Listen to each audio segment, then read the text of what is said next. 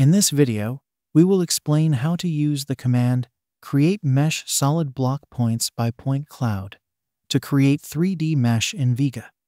This command allows you to perform many interesting tasks, such as creating a 3D surface network, DTM, TIN, triangular irregular network. You can use this command for removing unnecessary elements, for example trees, cars, poles. You can use it for creating 3D solids that can be exported to other programs to check the flatness of surfaces such as walls and floors. Today, we will demonstrate how to create triangular irregular network using the surface of a desert canyon. Its other features are explained in the corresponding videos. Select the point cloud and configure parameters. Surfaces can be created either by the world coordinate system, which is convenient when we create the surface of the ground, or by the user coordinate system. Creating a surface with a user coordinate system gives us the possibility to draw the surface with negative angles or overhanging surfaces. Object type, 3D mesh, solid, point, block, contour lines, etc. There is a separate command for creating contour lines, but they can also be created using this command. Creating contour lines with this command is convenient when you need to automatically filter trees, poles, cars, and so on at the same time. In this case, we are interested in a mesh consisting of 3D faces. The next parameter to define is the side from which the point cloud will be viewed, top or bottom.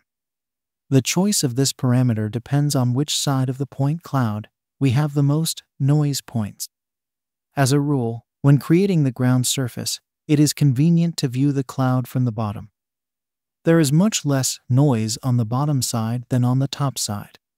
However, there are cases when it is better to consider the surface from the outside. Approximation of places where there are no points on the point cloud. In this case, VEGA can either triangulate using the closest points to the holes or make an approximation. We specify that the mesh vertices should be located at the points that make up the point cloud. These parameters are very important parameters for creating triangular irregular network. The VEGA program uses the Delaunay triangulation algorithm to create the triangular irregular network. Now specify the dimensions of grid cell, 8 meters. Tolerance to find points on the surface of the ground. In this case, it is enough to set 10% of the distance between the points.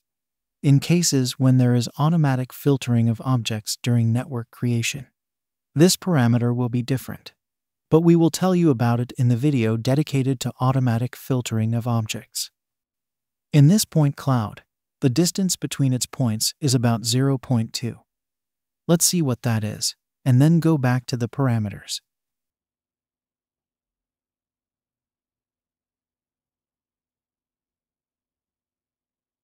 The distance between its points is about 0.2. There is no reason to make it less than 0.2, because the points just won't be found. Let's go back to our command. Here we have not changed anything. The distance between the points is 8, which is the maximum on flat surfaces. Tolerance of 0.8. These two parameters are very important for the accurate creation of an irregular network. If the parameters are not set, the program will divide the surface into triangles with a distance of about 8, and we will get the surface of the ground, which will not accurately show the places of changes in the slope of the surface. If we set the value, for example, 0.2, we will get an accurate surface of the ground. But at the same time, we will get a large number of triangles, which will be inconvenient to work with. However, if we set these two parameters, we will get both an accurate model of the ground surface and an optimized number of triangles. If the surface has a small slope, the distance between the points will be large, and if the slope is large, the distance between the points will decrease. This will give us the possibility of not creating and using break lines, which first of all requires a lot of extra work, and secondly, which is very important, does not give the accuracy that we get when using this command of the VEGA program. The first parameter defines the slope, after which the division of large triangles into smaller ones will begin. The second parameter defines the minimum side of the triangle. Let's set the slope value greater than 6 degrees and the minimum side of the triangle to 0.25. This means that when the VEGA program detects a triangle with a slope in 6 degrees, it will start to divide it and continue until either all the triangles are created with a smaller slope or the side of the triangle reaches the minimum value. In our case, 0.25. This point cloud represents the desert surface. So for flat surfaces, we need distance 8, and for slopes, we need distance 0.25. The distance 0.25 is the size of a small stone. These parameters are intended for automatic filtering of objects that are unnecessary for TIN. These can be cars, trees, poles, metal structures, and the like. We will consider the use of these parameters in the video dedicated to automatic filtering. Rounding parameters. VEGA works with zero error. That is, the coordinates of triangles are taken from the coordinates of points in the point cloud. By default, the value is not rounded, but if necessary, it can be rounded. The last parameters are used to create a text file with the coordinates of the points when the command is finished. There is a separate command for exporting points, but you can export them right here. This feature is disabled by default. I remind you, the use of parameters for automatic filtering will be considered in a separate video. Let's see how this command works. Selection methods. Window. 2 points are defined, which specify the rectangular area in which the irregular network will be created. Border.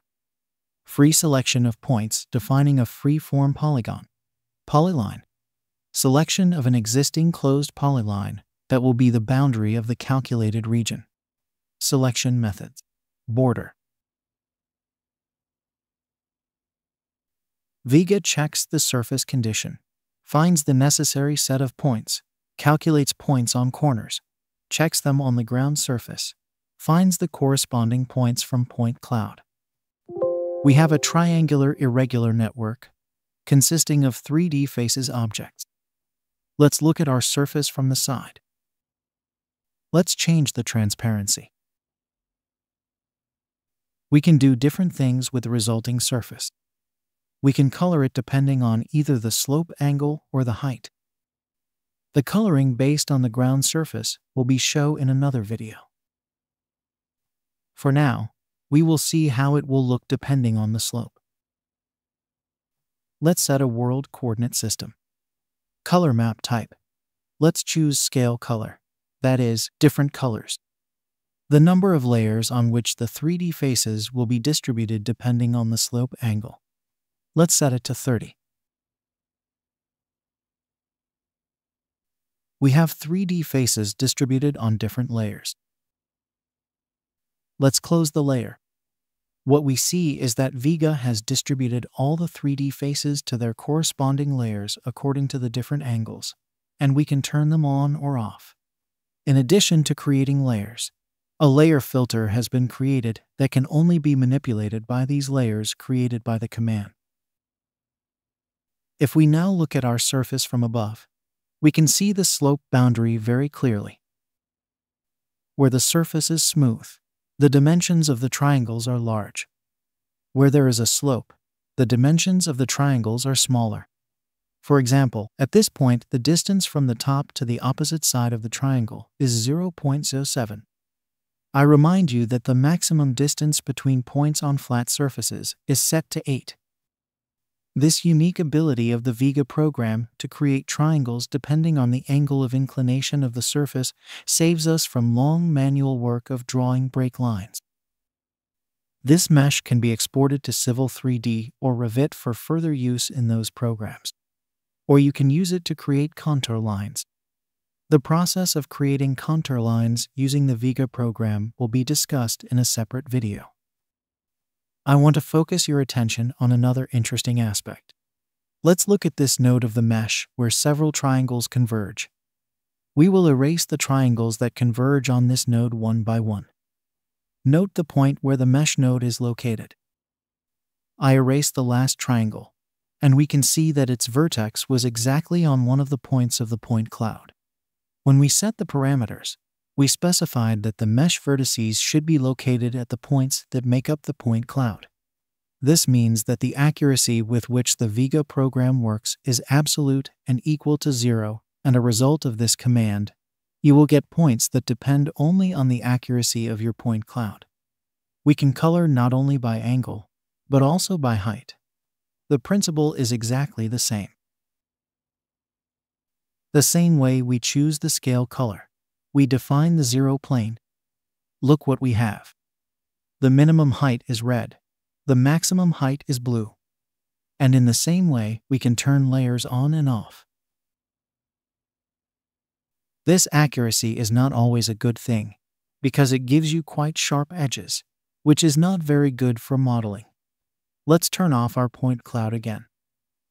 Let's say realistically, we see some hard edges here, here, and here. Sometimes we need to smooth out those surfaces when we're modeling and creating a three-dimensional solid for use in Revit. There's another tool for that. Let's copy our object.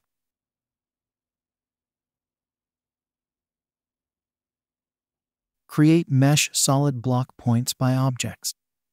This is also a very powerful tool and will have its own video. We will talk about this tool separately.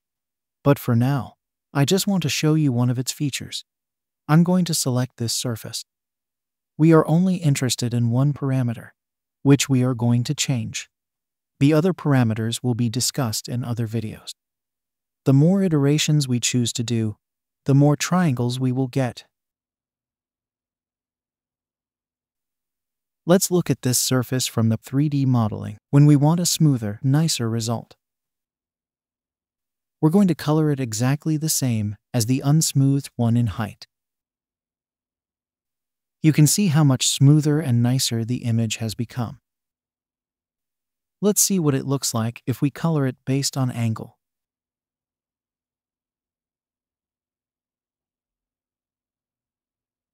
We can convert generated meshes into 3D solids, civil surfaces, or points text files.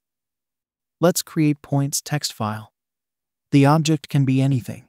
It can be a point, it can be a polyline, it can be a block, it can be a 3D face. We select our mesh, set the precision for the coordinates, and select these objects. Save file.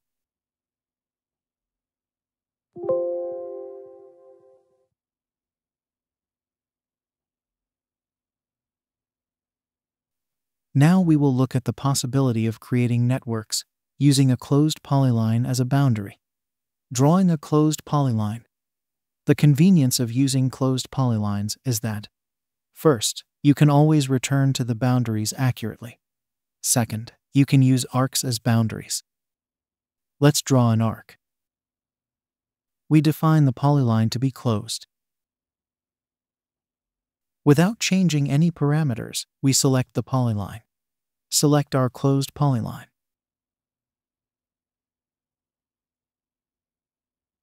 Erase the point cloud. Erase the polyline. We've got a surface with one of its boundaries being an arc. This triangular irregular network was done using the Create Mesh Solid Block command. I will show you the result of this command, which includes automatic filtering of objects unnecessary for TIN. We will talk about how to do this filtering in detail in the videos dedicated to these processes. The result of these filtering processes will be surfaces or contour lines that are free of unwanted objects. These can be cars, trees, poles, metal structures, and so on. There is no need to pre-clean the point cloud from these objects.